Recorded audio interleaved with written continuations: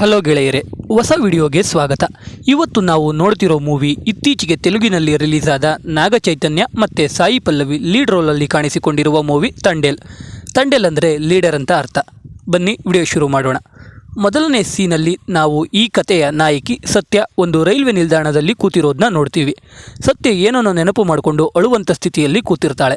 ಮಳೆ ಬರ್ತಾ ಇದ್ರು ಮೈ ಮೇಲೆ ಪ್ರಜ್ಞೆ ಇಲ್ಲದ ಹಾಗೆ ರಾಜು ಅನ್ನೋ ಹುಡುಗನ ಬಗ್ಗೆ ಯೋಚನೆ ಮಾಡ್ತಾ ಇರ್ತಾಳೆ. ಅಲ್ಲಿಗೆ ಸತ್ಯ ತಂದೆ ಓಡ್ಬಂದು ಸತ್ಯನ ಮನೆ ಕರ್ಕೊಂಡು ಹೋಗ್ತಾರೆ. ಸ್ವಲ್ಪ ದಿನ ಆದಮೇಲೆ ಸತ್ಯ ಅವಳ ತಂದೆಗೆ ನಾನು ಮದುವೆ ಆಗ್ತೀನಿ, ಗಂಡು ನೋಡಿ ಅಂತ ಹೇಳ್ತಾಳೆ.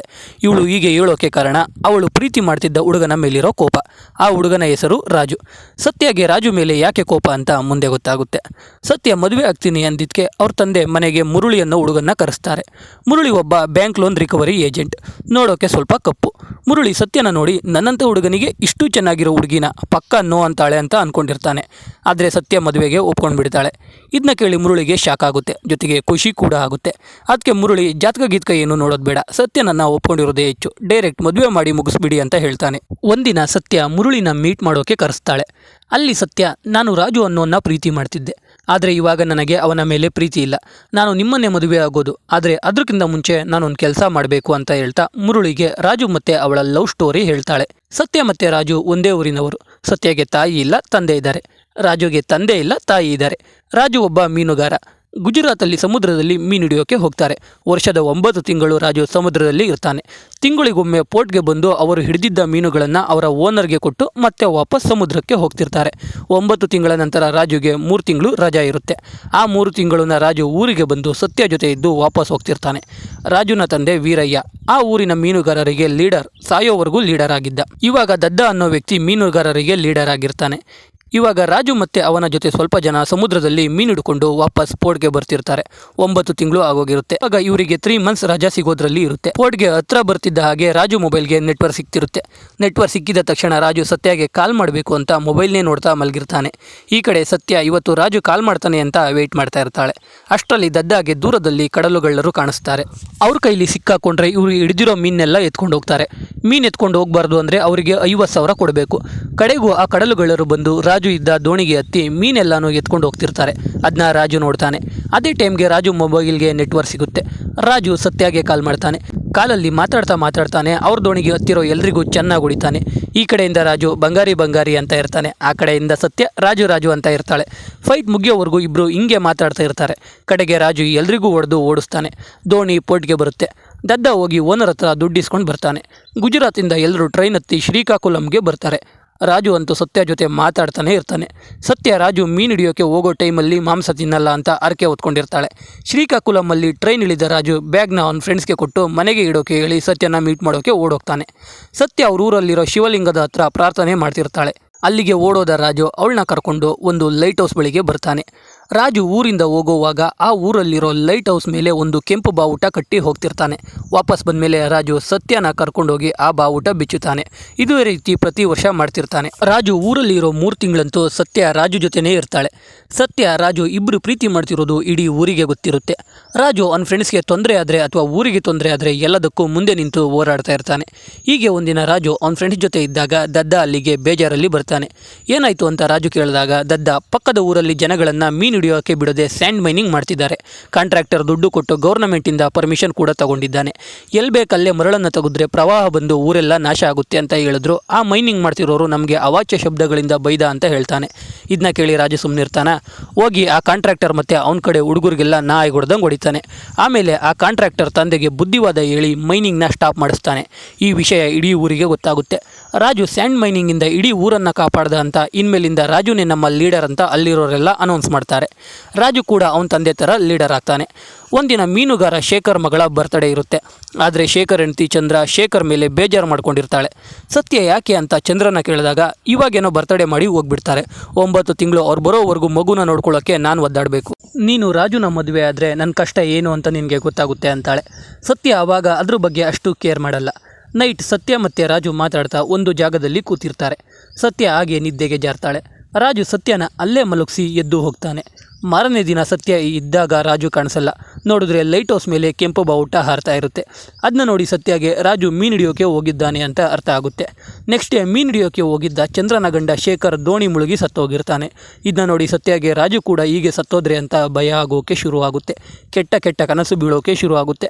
ಆವಾಗ ಸತ್ಯ ಅವಳ ತಂದೆ ಹತ್ರ ನಮ್ಮ ಜಾತಿಯವರೆಲ್ಲ ಮೀನು ಹಿಡಿಯೋಕೆ ಸಮುದ್ರಕ್ಕೆ ಹೋಗ್ತಾರೆ, ನೀವ್ಯಾಕೆ ಹೋಗಲ್ಲ ಅಂತ ಕೇಳ್ತಾಳೆ. ಆವಾಗ ನಮಗೆ ಗೊತ್ತಾಗೋದು ಸತ್ಯ ತಂದೆ ಒಂದು ಸಲ ಮೀನು ಹಿಡಿಯೋಕೆ ಹೋಗಿರ್ತಾನೆ.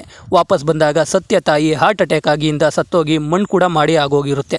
ಸತ್ಯನ ರಾಜು ತಾಯಿ ನೋಡ್ಕೋತಾ ಇರ್ತಾರೆ. ಅದಕ್ಕೆ ಸತ್ಯ ತಂದೆ ಸತ್ಯನ ನೋಡ್ಕೊಳ್ಳೋಕ್ಕೋಸ್ಕರ ಮೀನುಗಾರಿಕೆನ ಬಿಟ್ಟಿರ್ತಾರೆ. ಇದನ್ನ ಕೇಳಿ ಸತ್ಯ ರಾಜು ಬಂದಮೇಲೆ ಅವನ್ನ ಮತ್ತೆ ಸಮುದ್ರಕ್ಕೆ ಕಳಿಸ್ಬಾರ್ದು ಅಂತ ಅನ್ಕೋತಾಳೆ. 9 ತಿಂಗಳು ಆಗುತ್ತೆ. ರಾಜು ಸಮುದ್ರದಿಂದ ವಾಪಸ್ ಬರ್ತಾನೆ. ಸತ್ಯ ರಾಜುಗೆ ಮತ್ತೆ ಸಮುದ್ರಕ್ಕೆ ಹೋಗಬೇಡ ಅಂತ ಹೇಳಬೇಕು ಅಂತ ಅಂದ್ಕೊಂಡಿರ್ತಾಳೆ. ಆದರೆ ಹೇಗೆ ಹೇಳೋದು ಅಂತ ಗೊತ್ತಾಗ್ತಿರಲ್ಲ. ಕಡೆಗೂ ಸತ್ಯ ರಾಜುಗೆ ಸಮುದ್ರಕ್ಕೆ ಮತ್ತೆ ಹೋಗಬೇಡ ಅಂತ ಹೇಳೇ ಬಿಡ್ತಾಳೆ. ಅದಕ್ಕೆ ರಾಜು, ನಾನು 10 ವರ್ಷದಿಂದ ಸಮುದ್ರಕ್ಕೆ ಹೋಗ್ತಿದ್ದೀನಿ, ಯಾವತ್ತಾದರೂ ನನಗೆ ಪ್ರಾಬ್ಲಮ್ ಆಗಿದೆಯಾ? ಇಲ್ಲ ತಾನೆ. ಅದು ಅಲ್ಲದೆ ನಾನು ಇವಾಗ 22 ಜನಕ್ಕೆ ಲೀಡರ್ ಅಂತ ಹೇಳ್ತಾನೆ. ಸತ್ಯ ರಾಜು ಏನೇ ಹೇಳಿದ್ರೂ ಕೇಳಲ್ಲ. ರಾಜುಗೆ ಸತ್ಯ ಮೇಲಿರೋ ಪ್ರೀತಿಯಿಂದ ಸಮುದ್ರಕ್ಕೆ ಹೋಗಲ್ಲ ಅಂತ ಮಾತು ಕೊಡ್ತಾನೆ. ಇದನ್ನ ಕೇಳಿ ಸತ್ಯಗೆ ತುಂಬ ಖುಷಿಯಾಗುತ್ತೆ. ರಾತ್ರಿ ಆಗುತ್ತೆ. ಸತ್ಯ ರಾಜು ಒಂದು ಜಾಗದಲ್ಲಿ ಕೂತ್ಕೊಂಡು ಮಾತಾಡ್ತಾ ಇರ್ತಾರೆ. ಮಾರನೇ ದಿನ ರಾಜು ಸಮುದ್ರಕ್ಕೆ ಹೋಗಬೇಕಿರುತ್ತೆ. ಆದರೆ ಸತ್ಯಗೆ ಹೋಗಲ್ಲ ಅಂತ ಮಾತು ಕೊಟ್ಟಿರ್ತಾನೆ. ಬೆಳಿಗ್ಗೆ ಸತ್ಯ ಇದ್ದಾಗ ಅಲ್ಲಿ ರಾಜು ಕಾಣಿಸಲ್ಲ. ಲೈಟ್ ಹೌಸ್ ಮೇಲೆ ನೋಡಿದ್ರೆ ಕೆಂಪು ಬಾವುಟ ಹಾರಾಡ್ತಾ ಇರುತ್ತೆ.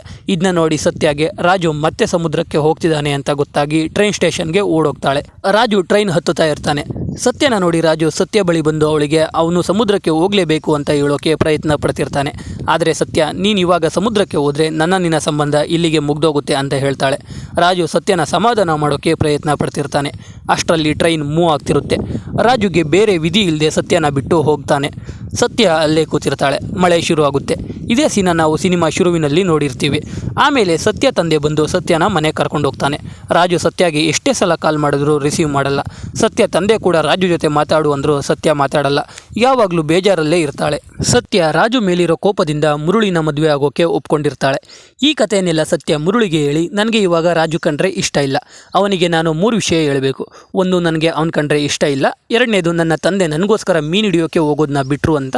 3ನೇದು, ನನಗೂ ಅವನಿಗೂ ಏನು ಸಂಬಂಧ ಇಲ್ಲ ಅಂತ. ಇದನ್ನ ರಾಜು ಬಂದಾಗ ಅವನಿಗೆ ಹೇಳಿದ್ರೆ ನನಗೂ ಅವನಿಗೂ ಮುಂದೆ ಯಾವುದೇ ಸಂಬಂಧ ಇರಲ್ಲ ಅಂತ ಹೇಳ್ತಾಳೆ. ಅದಕ್ಕೆ ಮುರುಳಿ ಸತ್ಯ ಹೇಳಿದ್ಕೆ ಒಪ್ಕೋತಾನೆ. ಈ ಕಡೆ ರಾಜು ಸಮುದ್ರದಲ್ಲಿ ಮೀನು ಹಿಡ್ಕೊಂಡು ವಾಪಸ್ ಬರುವಾಗ ಪ್ರವಾಹ ಜಾಸ್ತಿಯಾಗಿ ದೊಡ್ಡ ದೊಡ್ಡ ಅಲೆಗಳು ಬರ್ತಾ ಇರ್ತವೆ. ರಾಜು ಅವ್ರ ದೋಣಿ ಮತ್ತು ಅವನ ಕಡೆ ಅವ್ರ ದೋಣಿ ಎಲ್ಲಾನು ಸೌತ್ಗೆ 45 ಡಿಗ್ರಿ ತಿರುಗಿಸೋಕೆ ಹೇಳ್ತಾನೆ. ಆದರೆ ಒಂದು ಚಿಕ್ಕ ದೋಣಿಗೆ ಒಂದು ಹಡಗು ಬಂದು ಗುದ್ಬಿಡುತ್ತೆ. ಆ ದೋಣಿ 2 ಭಾಗ ಆಗುತ್ತೆ. ರಾಜು ಆ ದೋಣಿಲಿ ಇರೋರನ್ನ ಕಾಪಾಡೋಕ್ಕೆ ಹೋಗ್ತಿರ್ತಾನೆ. ಅದಕ್ಕೆ ದದ್ದ, ಅವರು ಯಾರು ಅಂತ ಕೂಡ ನಮಗೆ ಗೊತ್ತಿಲ್ಲ, ಮೊದಲು ನಾವು ಇಲ್ಲಿಂದ ಹೋಗೋಣ ಅಂತ ಹೇಳ್ತಾನೆ. ಆದರೂ ರಾಜು ದದ್ದ ಮಾತು ಕೇಳದೆ ಸಮುದ್ರಕ್ಕೆ ಹಾರಿ ಆ ಚಿಕ್ಕ ದೋಣಿಯಲ್ಲಿ ಇದ್ದ 3 ಜನನ ಕಾಪಾಡ್ತಾನೆ. ನೆಕ್ಸ್ಟ್ ಸೀನಲ್ಲಿ ನಮಗೆ ಮತ್ತೆ ಸತ್ಯನ ಹಳ್ಳಿನ ತೋರಿಸ್ತಾರೆ. ರಾಜು ತಾಯಿಗೆ ರಾಜು ಒಂದು ಲೆಟರ್ ಬರೆದಿರ್ತಾನೆ. ಅದು ಸತ್ಯಗೆ ಗೊತ್ತಾಗಿ ಓಡ್ ಬಂದು ಲೆಟರ್ ತಗೋತಾಳೆ ಓದೋಕೆ. ಆ ಲೆಟರಲ್ಲಿ ಇನ್ನೊಂದು ಪಿಂಕ್ ಕಲರ್ ಲೆಟರ್ ಇರುತ್ತೆ. ಅದನ್ನ ಸತ್ಯ ಎತ್ತಿ ಹಿಡ್ಕೋತಾಳೆ. ಲೆಟರಲ್ಲಿ ಏನು ಬರೆದಿದೆ ಅಂತ ಓದೋಕೆ ಶುರು ಮಾಡ್ತಾಳೆ. ರಾಜು ಸಮುದ್ರದಲ್ಲಿ ಆ ಚಿಕ್ಕ ದೋಣಿಯಿಂದ 3 ಜನನ ಕಾಪಾಡಿರ್ತಾನೆ. ಆವಾಗ ರಾಜು ದೋಣಿ ಹತ್ರಕ್ಕೆ ಒಂದು ದೊಡ್ಡ ಹಡಗು ಬರುತ್ತೆ. ನೋಡಿದ್ರೆ ಆ ಹಡಗು ಪಾಕಿಸ್ತಾನದ ಮಿಲಿಟರಿ ಹಡಗು ಆಗಿರುತ್ತೆ. ರಾಜು ಟೀಮ್ಗೆ ಪ್ರವಾಹದಲ್ಲಿ ಗೊತ್ತಿಲ್ಲದೆ ಪಾಕಿಸ್ತಾನ ವಾಟರ್ನ ಎಂಟರ್ ಆಗಿರ್ತಾರೆ. ಅದಕ್ಕೆ ಪಾಕಿಸ್ತಾನ್ ನೇವಿ ರಾಜು ಟೀಮ್ನ ಪಾಕಿಸ್ತಾನ್ಗೆ ಕರ್ಕೊಂಡೋಗಿ ರಾಜು ಟೀಮ್ ಅವರು ಟೆರರಿಸ್ಟ್ ಅಂತ ಅಂದ್ಕೊಂಡು ಅವರು ಯಾಕೆ ಪಾಕಿಸ್ತಾನ ವಾಟರ್ಗೆ ಎಂಟರ್ ಆದ್ರು ಅಂತ ಗೊತ್ತಾಗೋವರೆಗೂ ಪಾಕಿಸ್ತಾನ ಜೈಲಲ್ಲಿ ರಿಮ್ಯಾಂಡ್ಗೆ ಕಳಿಸ್ತಾರೆ. ಜೈಲೊಳಗೆ ಕಳಿಸೋ ಮುಂಚೆ ರಾಜು ಟೀಮ್ ಎಲ್ಲರದು ಪೂರ್ತಿ ಬಟ್ಟೆ ಬಿಚ್ಚಿಸಿ ಚೆಕ್ ಮಾಡ್ತಾರೆ. ಆಮೇಲೆ ಎಲ್ಲರೂ ಸೆಲ್ಗೆ ಹಾಕ್ತಾರೆ. ಅದು ಪಾಕಿಸ್ತಾನದ ಜೈಲ್ ಆಗಿದ್ದರಿಂದ ಅಲ್ಲಿ ಇರೋ ಪಾಕಿಸ್ತಾನಿಗಳಿಗೆ ಇಂಡಿಯಾದರನ್ನು ಕಂಡ್ರೆ ಆಗ್ತಿರಲ್ಲ. ಆ ಜೈಲಲ್ಲಿ ಹಿಂದೂಸ್ತಾನಿಗಳು ಕೂಡ ಇರ್ತಾರೆ. ಅಲ್ಲಿರೋ ಪಾಕಿಸ್ತಾನಿ ಟೆರರಿಸ್ಟ್ ರಫೀಕ್ ಅನ್ನೋನು ರಾಜು ಟೀಮ್ನ ಸರೌಂಡ್ ಮಾಡಿಕೊಂಡು ರಾಜು ಜೊತೆ ಇದ್ದ ಚಿಕ್ಕ ಹುಡುಗನಿಗೆ ಒಂದೇ ಮಾತರಂ ಹೇಳೋಕೆ ಹೇಳಿ ಗೋಡೆ ಮೇಲೆ ಹಿಂದೂಸ್ತಾನ್ ಅಂತ ಬರೆದು ಅದ್ರ ಮೇಲೆ ಸುಸ್ಸು ಮಾಡ್ತಾನೆ. ಇದನ್ನ ನೋಡಿ ರಾಜುಗೆ ಕೋಪ ಬರುತ್ತೆ. ಅದಕ್ಕೆ ಸ್ಮಾರ್ಟಾಗಿ ಯೋಚನೆ ಮಾಡಿ ಬಕೆಟಲ್ಲಿ ನೀರು ತಗೊಂಡೋಗಿ ಗೋಡೆಗೆ ಎರ್ಚುತ್ತಾನೆ. ಇದನ್ನ ನೋಡಿ ರಫೀಕ್ ಚಾಕು ತಗೊಂಡು ರಾಜುಗೆ ಚುಚ್ಚೋಕೆ ಬರ್ತಾನೆ. ಅಷ್ಟರಲ್ಲಿ ಪಾಕಿಸ್ತಾನ ಜೈಲಲ್ಲಿ ವರ್ಕ್ ಮಾಡ್ತಿದ್ದ ಇಂಡಿಯನ್ ಆಫೀಸರ್ ಬಂದು ರಾಜುಗೆ ಮತ್ತೆ ರಫೀಕ್ಗೆ ಬೈದು ರಫೀಕಿಂದ ರಾಜುನ ಕಾಪಾಡ್ತಾನೆ. ಇದನ್ನೆಲ್ಲ ಓದಿದ ಸತ್ಯ ಮತ್ತೆ ರಾಜು ತಾಯಿಗೆ ತುಂಬಾ ನೋವಾಗುತ್ತೆ. ಸತ್ಯ ರಾಜು ಬರೆದಿದ್ದ ಲೆಟರ್ ಒಳಗಡೆ ಇದ್ದ ಪಿಂಕ್ ಕಲರ್ ಲೆಟರ್ನ ಯಾರು ಇಲ್ಲದೆ ಇರೋ ಟೈಮಲ್ಲಿ ಓಪನ್ ಮಾಡ್ತಾಳೆ. ಅದರಲ್ಲಿ ರಾಜುಗೆ ಸತ್ಯ ಕಂಡ್ರೆ ಎಷ್ಟಿಷ್ಟ ಅಂತ ಬರೆದಿರ್ತಾನೆ. ಅದನ್ನ ಓದಿ ಸತ್ಯ ಕಣ್ಣಲ್ಲಿ ನೀರು ತುಂಬಿಕೊಳ್ಳುತ್ತೆ. ಅದೇ ದಿನ ಮನೆಗೆ ಮುರಳಿ ಬರ್ತಾನೆ. ಸತ್ಯಗೆ ಬೇಗ ಮದುವೆ ಮಾಡಿ ಮುಗಿಸ್ಬೇಕು ಅಂತ ಅಂದ್ಕೊಂಡಿರ್ತಾರೆ. ಆದರೆ ಮುರಳಿ ರಾಜು ಊರಿಗೆ ಬಂದ ಮೇಲೆ ಸತ್ಯ ರಾಜು ಮಧ್ಯೆ ಇರೋ ರಿಲೇಷನ್ಶಿಪ್ ಎಂಡ್ ಆದಮೇಲೆ ಮದುವೆ ಆಗ್ತೀವಿ ಅಂತ ಹೇಳ್ತಾನೆ. ಪಾಕಿಸ್ತಾನ್ ಜೈಲಲ್ಲಿ ಇರೋ ಎಲ್ಲ ಮೀನುಗಾರರ ಮನೆಯವರು ಲೆಟರ್ ಬರೀತಾರೆ. ಅದನ್ನ ಜೈಲಲ್ಲಿ ಎಲ್ಲರೂ ಓದ್ತಾ ಇರ್ತಾರೆ. ರಾಜುಗೆ ಬಂದಿದ್ದ ಲೆಟರಲ್ಲಿ ಸತ್ಯ ಏನು ಬರ್ದಿರಲ್ಲ. ಬರೀ ಸತ್ಯಳ ಕಣ್ಣಿನ ಒಂದು ಹನಿಯ ಗುರುತು ಮಾತ್ರ ಪೇಪರಲ್ಲಿ ಕಾಣಿಸುತ್ತೆ. ಅದನ್ನ ನೋಡಿ ರಾಜು ಖುಷಿ ಆಗ್ತಾನೆ. ಅವತ್ತಿನ ದಿನ ರಾತ್ರಿ ರಾಜುಗೆ ಅವ್ರ ಜೊತೆ ಇದ್ದ ಚಿಕ್ಕ ಹುಡುಗ ಕಿಟ್ಟು ಕಾಣಿಸಲ್ಲ. ಎಲ್ಲೋದ ಅಂತ ಎಲ್ಲರೂ ಹುಡುಕುವಾಗ ಕಿಟ್ಟು ಸುಸ್ತಾಗಿ ಒಂದು ತೊಟ್ಟಿ ಪಕ್ಕದಲ್ಲಿ ಕೂತಿರ್ತಾನೆ. ರಾಜು ಕಿಟ್ಟುನ ಕ್ಲಿನಿಕ್ಗೆ ಕರ್ಕೊಂಡು ಹೋಗೋಕೆ ಹೇಳ್ತಾನೆ. ಕಿಟ್ಟು ಕೂತಿದ್ದ ಜಾಗದಲ್ಲಿ ಒಂದು ರಕ್ತ ಆಗಿರೋ ಮಾಂಜಾದಾರ ಇರುತ್ತೆ. ಅದನ್ನ ನೋಡಿ ರಾಜುಗೆ ಆ ರಫೀಕ್ ಕಿಟ್ಟುವಿನ ಮರ್ಮಾಂಗ ಕುಯ್ದಿದ್ದಾನೆ ಅಂತ ಗೊತ್ತಾಗುತ್ತೆ. ಅವನಿಗೆ ರಫೀಕ್ ಬಂದು ನಾನೇ ಆ ರೀತಿ ಮಾಡಿದ್ದು ಅಂತಾನೆ. ರಾಜುಗೆ ಗಲಾಟೆ ಮಾಡಬಾರ್ದು ಅನಿಸಿ ಅವನ ಬರೀ ಕೈಯಲ್ಲೇ ಮಾಂಜಾದಾರನ ಕಟ್ ಮಾಡಿ ಅಲ್ಲಿಂದ ಹೋಗ್ತಾನೆ. ಈ ಕಡೆ ಊರಿನ ಹೆಣ್ಣೈಕ್ಳು ಎಲ್ಲರೂ ಆಂಧ್ರ ಪ್ರದೇಶದ ಮಿನಿಸ್ಟರ್ ಹತ್ರ ಬಂದು ಹೇಗಾದ್ರೂ ಆ 22 ಜನ ಮೀನುಗಾರರನ್ನು ಬಿಡಿಸ್ಕೊಂಡು ಬನ್ನಿ ಅಂತ ಕೇಳ್ತಾ ಇರ್ತಾರೆ. ಅದಕ್ಕೆ ಆ ಮಿನಿಸ್ಟರ್, ನಾನು ದೆಹಲಿಯಲ್ಲಿರೋ ಸುಶೀಲಾ ಸ್ವರಾಜ್ ಅವ್ರ ಜೊತೆ ಮಾತಾಡ್ತೀನಿ, ಅವ್ರ ಕೈಲಿ ಮಾತ್ರ ನಿಮ್ಮ ಹುಡುಗರನ್ನ ಬಿಡಿಸ್ಕೊಂಡು ಬರೋಕೆ ಸಾಧ್ಯ ಅಂತ ಹೇಳ್ತಾನೆ. ಇವಾಗ ರಾಜು ಟೀಮ್ ಪಾಕಿಸ್ತಾನ ಜೈಲಿಗೆ ಹೋಗಿ 6 ಮಂತ್ಸ್ ಆಗೋಗಿರುತ್ತೆ. ಊರಲ್ಲಿ ಆ 22 ಜನ ಮನೆಯವರಿಗೆ ಯಾರು ಮರ್ಯಾದೆ ಕೊಡ್ತಿರಲ್ಲ, ಊಟಕ್ಕೆ ರೇಷನ್ ಕೊಡ್ತಿರಲ್ಲ. ಇದನ್ನ ನೋಡಿ ಸತ್ಯಗೆ ರಾಜು ಹೇಳಿದ ಮಾತು ನೆನಪಾಗುತ್ತೆ. ಲಾಸ್ಟ್ ಟೈಮ್ ರಾಜು ಊರಿಗೆ ಬಂದಿದ್ದಾಗ ಆ ಓನರ್ 7 ಮಂತ್ ಸ್ಯಾಲರಿನ ಹೋಲ್ಡ್ ಮಾಡಿಟ್ಟಿದ್ದಾರೆ ಅಂತ ಹೇಳಿರ್ತಾನೆ. ಅದಕ್ಕೆ ಸತ್ಯ ಗುಜರಾತ್ಗೆ ಹೋಗಿ ಆ ದುಡ್ಡನ್ನ ಈಸ್ಕೊಂಡು ಬರಬೇಕು ಅಂತ ತೀರ್ಮಾನ ಮಾಡ್ಕೋತಾಳೆ. ಅದಕ್ಕೆ ಮುರಳಿನ ಕರೆಸಿ ನನ್ನ ಗುಜರಾತ್ಗೆ ಕರ್ಕೊಂಡು ಹೋಗು ಅಂತ ಸತ್ಯ ಹೇಳ್ತಾಳೆ. ಸರಿ ಅಂತ ಮುರಳಿ ಕರ್ಕೊಂಡು ಹೋಗ್ತಾನೆ. ಸತ್ಯ ಹೋಗಿ ರಾಜು ಟೀಮ್ನ ಓನರ್ನ ಸೇಟು ಹತ್ರ ಅವನ ಸ್ಯಾಲರಿನ ಕೊಡೋಕೆ ಕೇಳ್ತಾಳೆ. ಆದರೆ ಆ ಸೇಟು ದುರಹಂಕಾರದಲ್ಲಿ ಮಾತಾಡಿ ಏನಾದರೂ ಮಾಡ್ಕೊ, ನಾನು ದುಡ್ಡು ಕೊಡಲ್ಲ ಅಂತ ಹೇಳ್ಬಿಡ್ತಾನೆ. ಅದನ್ನ ಕೇಳಿ ಸತ್ಯ ವಾಪಸ್ ಹೋಗ್ತಾಳೆ ಅಂದ್ಕೊಂಡ್ರೆ ಈಚೆ ಬಂದು ಪೋರ್ಟಲ್ಲೇ ಪ್ರೊಟೆಸ್ಟ್ ಮಾಡೋಕೆ ಒಬ್ಳೆ ಕೂತ್ಕೋತಾಳೆ. ಅಲ್ಲಿರೋ ಮೀನುಗಾರರೆಲ್ಲ ಅವಳನ್ನ ನೋಡ್ತಾರೆ, ಆದರೆ ಯಾರು ಬಂದು ಸಪೋರ್ಟ್ ಮಾಡಲ್ಲ. ಒಂದಿನ ಕಳೆಯುತ್ತೆ. ಸತ್ಯ ಅಲ್ಲೇ ಕೂತಿರ್ತಾಳೆ. ಆವಾಗ ಒಬ್ಬ ಮೀನುಗಾರ ಬಂದು ಸತ್ಯಗೆ, ನೀನು ಎಷ್ಟು ದಿನ ಕೂತ್ಕೊಂಡ್ರೂ ಆ ಸೇಟು ನಿಮಗೆ ದುಡ್ಡು ಕೊಡಲ್ಲ ಅಂತಾನೆ. ಅದಕ್ಕೆ ಸತ್ಯ, ನಿಮ್ಮಂಥ ಮೀನುಗಾರರಿಂದಾನೇ ಆ ಸೇಟು ಜೀವನ ನಡೀತಾ ಇರೋದು, ನೀವೆಲ್ಲರೂ ಸಪೋರ್ಟ್ ಮಾಡಿ ಅಂತ ಕೇಳ್ತಾಳೆ. ಅದಕ್ಕೆ ಆ ವ್ಯಕ್ತಿ ಒಪ್ಕೊಂಡು ಅಲ್ಲಿರೋ ಎಲ್ರಿಗೂ ಹೇಳಿ ಎಲ್ಲರೂ ಬಂದು ಸತ್ಯ ಜೊತೆ ಕೂತ್ಕೋತಾರೆ. ಅಲ್ಲಿಗೆ ಪ್ರೆಸ್ ಅವರೆಲ್ಲ ಬರ್ತಾರೆ. ಬೋಟ್ ಯಾವುದು ಸಮುದ್ರಕ್ಕೆ ಹೋಗಲ್ಲ. ಅದಕ್ಕೆ ಬೇರೆ ಸೇಟುಗಳು ಬಂದು ಆ ಸೇಟುಗೆ ಬೈತಾರೆ. ಆ ಸೇಟುಗೆ ಅವನ ತಪ್ಪಿನ ಅರಿವಾಗಿ ದುಡ್ಡು ತೊಗೊಂಡು ಬಂದು ಸತ್ಯಗೆ ಕೊಟ್ಟು ಕ್ಷಮೆ ಕೇಳ್ತಾನೆ. ಆ ನ್ಯೂಸ್ ಇಡೀ ಇಂಡಿಯಾ ಪೂರ್ತಿ ನ್ಯೂಸ್ ಆಗುತ್ತೆ. ಸತ್ಯ ದುಡ್ಡು ತೊಗೊಂಡು ಹೋಗಿ ಎಲ್ಲ ಮನೆಗೂ ಕೊಡ್ತಾಳೆ. ಎಲ್ರಿಗೂ ಸ್ವಲ್ಪ ರಿಲೀಫ್ ಆಗುತ್ತೆ. ಸತ್ಯ ದುಡ್ಡು ತೊಗೊಂಡು ಹೋಗಿ ಕೊಟ್ಟಿರೋ ವಿಷಯ ಜೈಲಲ್ಲಿರೋ ರಾಜು ಟೀಮ್ಗೆ ಗೊತ್ತಾಗಿ ಖುಷಿ ಆಗ್ತಾರೆ. ಈ ಕಡೆ ಸುಶೀಲಾ ಸ್ವರಾಜ್ ಬಳಿಗೆ ಆಂಧ್ರ ಪ್ರದೇಶದ ಮಿನಿಸ್ಟರ್ ಬಂದು ಆ 22 ಜನನ ಪಾಕಿಸ್ತಾನದಿಂದ ಬಿಡಿಸ್ಕೊಂಡು ಬರೋಕೆ ರಿಕ್ವೆಸ್ಟ್ ಮಾಡ್ತಾನೆ. ಅವ್ರನ್ನೆಲ್ಲ ಬಿಡಿಸ್ಕೊಂಡು ಬಂದರೆ ನಮಗೆ ವೋಟ್ ಜಾಸ್ತಿ ಆಗುತ್ತೆ ಅಂತ ಹೇಳ್ತಾನೆ. ಅದಕ್ಕೆ ಸುಶೀಲಾ ಸ್ವರಾಜ್, ನಮಗೆ ವೋಟ್ ಮುಖ್ಯ ಅಲ್ಲ, ಆ 22 ಜನ ಮುಖ್ಯ ಅಂತ ಹೇಳಿ ಅವ್ರನ್ನ ಬಿಡಿಸ್ಕೊಂಡು ಬರ್ತೀನಿ ಅಂತ ಮಾತು ಕೊಡ್ತಾಳೆ. ಸ್ವಲ್ಪ ದಿನ ಆದಮೇಲೆ ಸುಶೀಲಾ ಸ್ವರಾಜ್ ಅಸಿಸ್ಟೆಂಟ್ ಸತ್ಯಗೆ ಕಾಲ್ ಮಾಡಿ ಆಗಸ್ಟ್ 15 ಇಂಡಿಪೆಂಡೆನ್ಸ್ ಡೇ ದಿನ ಆ 22 ಜನನ ಬಿಡುಗಡೆ ಮಾಡ್ತಾರೆ ಅಂತ ಹೇಳ್ತಾನೆ. ಇದನ್ನ ಕೇಳಿ ಸತ್ಯಗೆ ಖುಷಿಯಾಗುತ್ತೆ. ಆ ವಿಷಯ ಮುರಳಿಗೂ ಗೊತ್ತಾಗಿ ಸತ್ಯ ಜೊತೆ ಮದುವೆ ಆಗೋಕ್ಕೆ ಸೆಪ್ಟೆಂಬರ್ 2 ಡೇಟ್ನ ಲಾಕ್ ಮಾಡ್ತಾನೆ. ಅವರದ್ದು ವೆಡ್ಡಿಂಗ್ ಕಾರ್ಡ್ ಕೂಡ ಪ್ರಿಂಟ್ ಮಾಡಿಸಿ ಅದನ್ನ ಜೈಲ್ಗೂ ಕೂಡ ಕಳಿಸ್ತಾರೆ. ಅದನ್ನ ದದ್ದ ನೋಡ್ತಾನೆ. ಆ ವಿಷಯನ ರಾಜುಗೆ ಹೇಳಿದ್ರೆ ರಾಜು ಕುಗ್ಗೋಗ್ತಾನೆ. ಹೇಗಿದ್ರು ಆಗಸ್ಟ್ 15 ನಾವು ರಿಲೀಸ್ ಆಗ್ತೀವಿ, ರಾಜು ಸತ್ಯ ಪಕ್ಕದಲ್ಲೇ ಇದ್ರೆ ಯಾರು ಸತ್ಯಗೆ ತಾಳಿ ಕಟ್ಟೋ ಧೈರ್ಯ ಮಾಡಲ್ಲ ಅಂತ ದದ್ದ ಆ ವಿಷಯನ ರಾಜುಗೆ ಹೇಳೋದೇ ಇಲ್ಲ. ಆಗಸ್ಟ್ 15ಗಿಂತ ಮುಂಚೆ ರಾಜು ಟೀಮ್ನ ಕೇಸ್ ಹಿಯರಿಂಗ್ ಇರುತ್ತೆ ಕೋರ್ಟಲ್ಲಿ. ರಾಜು ಟೀಮ್ನ ರಿಲೀಸ್ ಮಾಡಿ ಅಂತ ಇನ್ನೇನು ಕೋರ್ಟ್ ಆರ್ಡರ್ ಕೊಡಬೇಕು. ಆದರೆ ಅದೇ ದಿನ ಇಂಡಿಯಾದವರು ಕಾಶ್ಮೀರ ಮೇಲೆ ಇದ್ದ ಆರ್ಟಿಕಲ್ 370ನ ಬ್ಲಾಕ್ ಮಾಡ್ತಾರೆ. ಇದರಿಂದ ಪಾಕಿಸ್ತಾನಿಗಳು ಕಾಶ್ಮೀರ ನಮ್ಮದು ಅಂತ ರೋಡ್ಗಳಲ್ಲೆಲ್ಲ ಇಳಿದು ಪ್ರೊಟೆಸ್ಟ್ ಮಾಡೋಕೆ ಶುರು ಮಾಡ್ತಾರೆ. ಅದಕ್ಕೆ ರಾಜು ಟೀಮ್ನ ರಿಲೀಸ್ ಮಾಡದೆ ವಾಪಸ್ ಜೈಲಿಗೆ ಕರ್ಕೊಂಡು ಹೋಗ್ತಿರ್ತಾರೆ. ಗಲಾಟೆ ಮಧ್ಯೆ ಬಸ್ ಸಿಕ್ಕಾಕೊಳ್ಳುತ್ತೆ. ಒಬ್ಬ ಪಾಕಿಸ್ತಾನಿ ರಾಜು ಟೀಮ್ನ ಮೊದಲಿಗೆ ಪಾಕಿಸ್ತಾನಿಗಳು ಅಂದ್ಕೊಂಡು ನಮ್ಮ ಜೊತೆ ಗಲಾಟೆ ಮಾಡೋಕೆ ಬನ್ನಿ ಅಂತ ಕರೀತಾನೆ. ಆವಾಗ ಒಬ್ಬನ ಕೈಲಿ ಹಿಂದೂ ದೇವರ ಅಚ್ಚೆ ನೋಡಿ ಅವರೆಲ್ಲ ಇಂಡಿಯನ್ಸ್ ಅಂತ ಗೊತ್ತಾಗಿ ಬಸ್ ಮೇಲೆ ಅಟ್ಯಾಕ್ ಮಾಡ್ತಾರೆ. ಬಸ್ಸಲ್ಲೇ ಇದ್ರೆ ಸಾವು ಗ್ಯಾರಂಟಿ ಅಂತ ತಿಳ್ಕೊಂಡ ರಾಜು ಒಂದು ಫ್ಲಾಗ್ಗೆ ಬೆಂಕಿ ಹಚ್ಕೊಂಡು ಅಲ್ಲಿಂದ 21 ಜನನೂ ಕರ್ಕೊಂಡು ಪೊಲೀಸಿಂದ ತಪ್ಪಿಸ್ಕೊಂಡು ಓಡೋಗ್ತಾನೆ. ರಾತ್ರಿ ಆದರೂ ರಾಜು ಟೀಮ್ ಪೊಲೀಸರಿಗೆ ಸಿಗಲ್ಲ. ಅದಕ್ಕೆ ಪೊಲೀಸರು ರಾಜು ಟೀಮ್ ಸತ್ತೋಗಿರಬೇಕು, ಇಲ್ಲ ಅವರು ಗಡಿ ದಾಟಿ ಹೋದರೆ ನಮ್ಮ ಕೆಲಸ ಎಲ್ಲ ಹೋಗುತ್ತೆ ಅಂತ ಅಂದ್ಕೊಂಡಿರ್ತಾರೆ. ಆದರೆ ರಾಜು ಎಲ್ಲರನ್ನೂ ಕರ್ಕೊಂಡು ವಾಪಸ್ ಜೈಲಿಗೆ ಬಂದು ನಾವೇನೂ ತಪ್ಪು ಮಾಡಿಲ್ಲ ಓಡೋಗೋಕೆ ಅಂತ ಹೇಳಿ ಜೈಲೊಳಗೆ ಹೋಗ್ತಾನೆ. ಸತ್ಯ ಸುಶೀಲಾ ಸ್ವರಾಜ್ ಅಸಿಸ್ಟೆಂಟ್ಗೆ ಕಾಲ್ ಮಾಡಿ ಅವ್ರು ರಿಲೀಸ್ ಆಗಿಲ್ಲ, ಇನ್ನು ಹೇಗಾದರೂ ಅವ್ರನ್ನ ಬಿಡಿಸ್ಕೊಂಡು ಬನ್ನಿ ಅಂತ ಕೇಳ್ತಾಳೆ. ಆದರೆ ಸುಶೀಲಾ ಸ್ವರಾಜ್ ಅಷ್ಟರಲ್ಲಿ ಸತ್ಯ ಹೋಗಿರ್ತಾರೆ.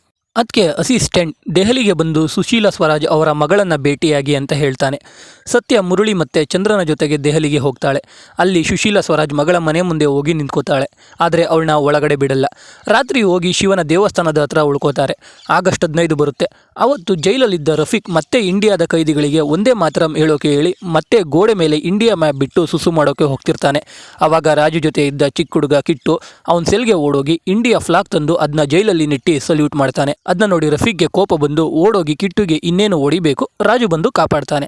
ಆಮೇಲೆ ರಫೀಕ್ಗೆ ಚೆನ್ನಾಗಿ ಹೊಡೆದು ಇಂಡಿಯಾ ಬಾವುಟನ ಯಾರ ಕೈಗೂ ಸಿಗಬಾರ್ದು ಅಂತ ಕಿಚನ್ಗೆ ಹೋಗಿ ಸುಟ್ಟಾಕ್ತಾನೆ.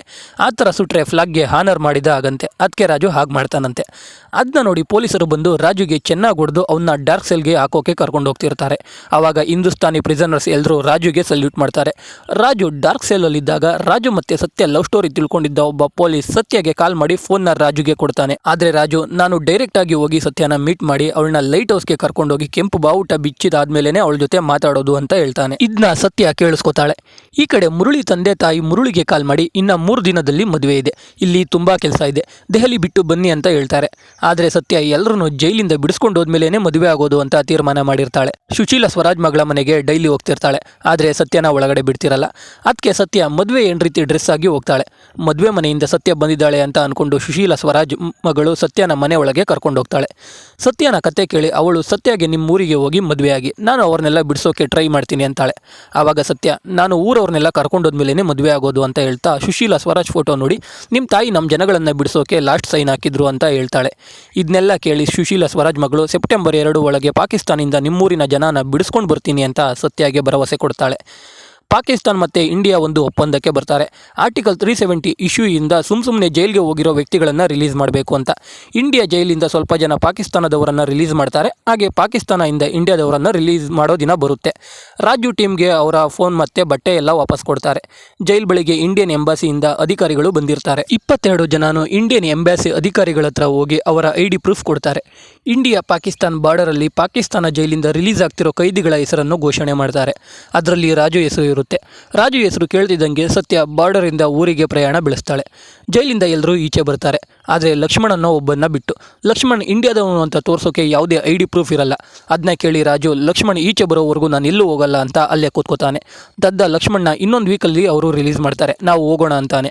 ಆದರೆ ರಾಜು ನಾವು ರಿಲೀಸ್ ಆಗೋಕೆ 2 ಇಯರ್ಸಿಂದ ವೆಯ್ಟ್ ಮಾಡಿದ್ದೀವಿ, ಇನ್ನು 1 ವಾರ ಕಾಯೋಕ್ಕಾಗಲ್ವಾ, ನಾವು ಇಲ್ಲಿಗೆ ಬರೋವಾಗ 22 ಜನ ಶ್ರೀಕಾಕುಲಂಗೆ 22 ಜನನೇ ವಾಪಸ್ ಹೋಗೋದು ಅಂತಾನೆ. ಆವಾಗ ದದ್ದ ವಿಧಿ ಇಲ್ಲದೆ ಸತ್ಯ ನಾಳೆ ಬೇರೆ ಹುಡುಗನ ಜೊತೆ ಮದುವೆ ಆಗ್ತಿದ್ದಾಳೆ ಅಂತ ಮದುವೆ ಕಾರ್ಡ್ ತೋರಿಸ್ತಾನೆ. ಇದನ್ನ ನೋಡಿ ರಾಜುಗೆ ಆಕಾಶನೇ ತಲೆ ಮೇಲೆ ಬಿದ್ದ ಹಾಗೆ ಆಗುತ್ತೆ. ಆದರೂ ರಾಜುಗೆ ಲಕ್ಷ್ಮಣ್ ಬಿಟ್ಟು ಹೋಗೋಕೆ ಆಗದೆ ಮತ್ತೆ ಅಡ್ಡ ಹಾಕಿದ್ದ ಚೈನ್ ಆರಿ ಲಕ್ಷ್ಮಣ್ ಕಡೆ ಬರ್ತಾನೆ. ರಾತ್ರಿ 12 ಗಂಟೆ ಆಗೋದ್ರೆ ಯಾರನ್ನೂ ರಿಲೀಸ್ ಮಾಡೋಕೆ ಆಗಲ್ಲ ಅಂತ ಹೇಳಿದ್ರು ರಾಜು ಕೇಳಲ್ಲ. ಆಮೇಲೆ ಅಲ್ಲೇ ಇದ್ದ ಇಂಡಿಯನ್ ಎಂಬಾಸಿಗೆ ಹೇಳಿ ಲಕ್ಷ್ಮಣ್ಗೆ ಹೊಸ ID ಕಾರ್ಡ್ ಮಾಡಿಸ್ತಾರೆ. ಅದರ ಪ್ರಿಂಟ್ ತಗೋತಾರೆ. ಆದರೆ ಅಷ್ಟರಲ್ಲಿ 12 ಗಂಟೆ ಆಗೋಗುತ್ತೆ. ಆದರೆ ಅವ್ರನ್ನ ರಿಲೀಸ್ ಮಾಡೋಕೆ ಎಲ್ಲ ಫೈಲಲ್ಲೂ ರಿಲೀಸ್ ಟೈಮ್ 11:55 ಅಂತ ಬರೆದು ಎಲ್ಲರನ್ನೂ ರಿಲೀಸ್ ಮಾಡ್ತಾರೆ. ಈ ಕಡೆ ಸತ್ಯ ಮತ್ತೆ ಮುರಳಿ ಟ್ರೈನಲ್ಲಿ ವಾಪಸ್ ಊರಿಗೆ ಬರ್ತಾರೆ. ಮುರಳಿ ಸತ್ಯನ ಮದುವೆಗೆ ರೆಡಿನಾ ಅಂತ ಕೇಳ್ತಾನೆ. ಅವಳ ಮುಖ ಸಪ್ಪೆ ಆಗುತ್ತೆ. ಆವಾಗ ಮುರಳಿ ಸತ್ಯಗೆ ನೀನು ನನ್ನ ಮದುವೆ ಆಗುವ ಅವಶ್ಯಕತೆ ಇಲ್ಲ, ನನಗೆ ಗೊತ್ತು ನೀನು ರಾಜುನ ಇನ್ನೂ ಪ್ರೀತಿ ಮಾಡ್ತಿದೀಯ ಅಂತ. ಅದಕ್ಕೆ ರಾಜುಗೆ ಫ್ಲೈಟ್ ಟಿಕೆಟ್ ಹಾಕ್ಸಿ ಇಲ್ಲಿಗೆ ಕರೆಸಿದ್ದೀನಿ. ನನಗೆ ನಿನ್ನಂಥ ಹುಡುಗಿನ ಬಿಟ್ಕೊಡೋಕೆ ಬೇಜಾರಾಗುತ್ತೆ, ಆದರೂ ಪರವಾಗಿಲ್ಲ, ನೀನು ರಾಜು ಜೊತೆ ಖುಷಿಯಾಗಿರು ಅಂತ ಹೇಳ್ತಾನೆ. ಇದನ್ನ ನೋಡಿದ್ರೆ ಮುರಳಿ ಎಷ್ಟು ಒಳ್ಳೆಯವನು ಅಂತ ಗೊತ್ತಾಗುತ್ತೆ. ಸತ್ಯ ಲೈಟ್ ಹೌಸ್ ಕಡೆ ನೋಡ್ತಾಳೆ. ಅಲ್ಲಿ ಕೆಂಪು ಬಾವುಟ ಕಾಣಿಸಲ್ಲ. ಅಂದರೆ ರಾಜು ಸತ್ಯಗಿಂತ ಮುಂಚೆ ಬಂದು ಆ ಬಾವುಟನ ತೆಗೆದಿದ್ದಾನೆ ಅಂತ. ಅದಕ್ಕೆ ಸತ್ಯ ಲೈಟ್ ಹೌಸ್ಗೆ ಓಡೋಗ್ತಾಳೆ. ಅಲ್ಲಿ ರಾಜು ಇರ್ತಾನೆ. ಸತ್ಯ ರಾಜು ಹತ್ರ ಕ್ಷಮೆ ಕೇಳಿ ಇಬ್ಬರು ಕಡೆಗೆ ಒಂದಾಗ್ತಾರೆ. ಇಲ್ಲಿಗೆ ಕತೆ ಮುಗಿಯುತ್ತೆ. ಕಡೆಗೆ ನಮಗೆ ಗೊತ್ತಾಗೋದು ಇದು ಒಂದು ನೈಜ ಘಟನೆ ಆಧಾರಿತ ಸಿನಿಮಾ ಅಂತ. ಎಕ್ಸ್ಪ್ಲನೇಷನ್ ಇಷ್ಟ ಆಗಿದ್ರೆ ವಿಡಿಯೋಗೆ ಒಂದು ಲೈಕ್ ಮಾಡಿ, ಚಾನಲ್ನ ಸಬ್ಸ್ಕ್ರೈಬ್ ಮಾಡಿಕೊಂಡು ಸಪೋರ್ಟ್ ಮಾಡಿ. ಮತ್ತೆ ಇನ್ನೊಂದು ವಿಡಿಯೋ ಜೊತೆ ಸಿಗ್ತೀನಿ. ಜೈ ಕರ್ನಾಟಕ.